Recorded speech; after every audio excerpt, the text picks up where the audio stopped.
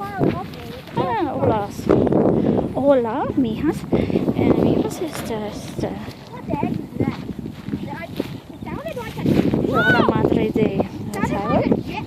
Y yo está aquí en Doña.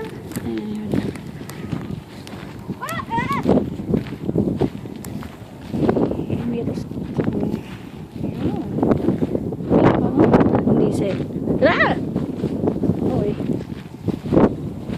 Okay, let's see. Here's some coming back down the same part we came up before. See some of the same things, but I'm hoping maybe we can find some stuff. Other animals, plants, flora, fauna. Go on ahead a little bit there. My throat is going really, really painful. Okay, get you something to drink when we get down the hill. There we go. There's a butterfly. Yeah, butterfly. You know, for years I thought those butterflies flew all the way to Mexico. They do, but it's the 4th generation of butterflies that gets there every year. What is that?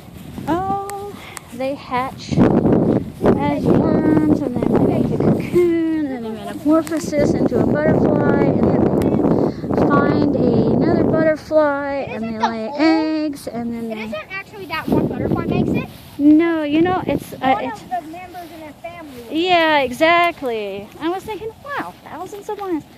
Oh. One of my childhood fantasies. I didn't know that.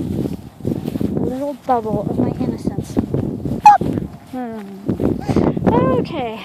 Well, I always thought they made it. I was always thinking, wow, butterfly traveled all this way. Me too. But you know, they still do. You know, so vicariously, I suppose. They take about 3 almost to get there. 3 or 4. Mm-hmm. It actually isn't Pretty bad. cool if you want to look it up.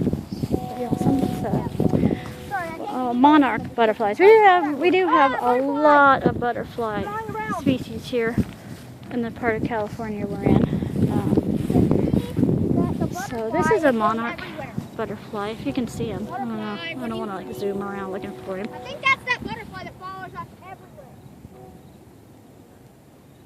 everywhere. They do, or they will land on you. I mean, if you're wearing perfume or colorful clothing, you will end up with butterflies landing on, because we get a lot of butterflies through this area at this time. And you always have to kind of turn around and make sure you don't have butterflies on you before you go in the house. We do, here, where I was a kid in Georgia, northern Georgia, and they're getting a lot of snow right now, really heavy winter weather. Snow. We had to turn around in the summer and make sure we didn't have tree frogs. They're really small frogs, and they live in the trees, and they're in the ground and in the water. And they are the state amphibian of the great state of Georgia. But it was one of the rules at my grandma's. It was adopted by my grandmother. You had to turn around, check yourself for tree frogs before you came in. Oh no, I used to love playing with them. That was the story when you were like really sick and you almost died. Oh, I was very, very sick. Yeah, you were. And I almost died, and they told my father and my grandmother to prepare themselves and to make, preparations because I was going to die. So I thought, one of the things I really want to do before I die is I want to hold a tree frog, because they got the cutest little feet and these little eyes, and I really like frogs. And I said, I want to hold a tree frog.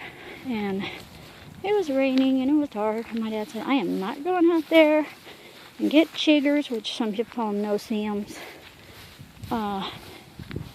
and be sprayed by a skunk or to get a frog. And my grandmother said, yes, you will.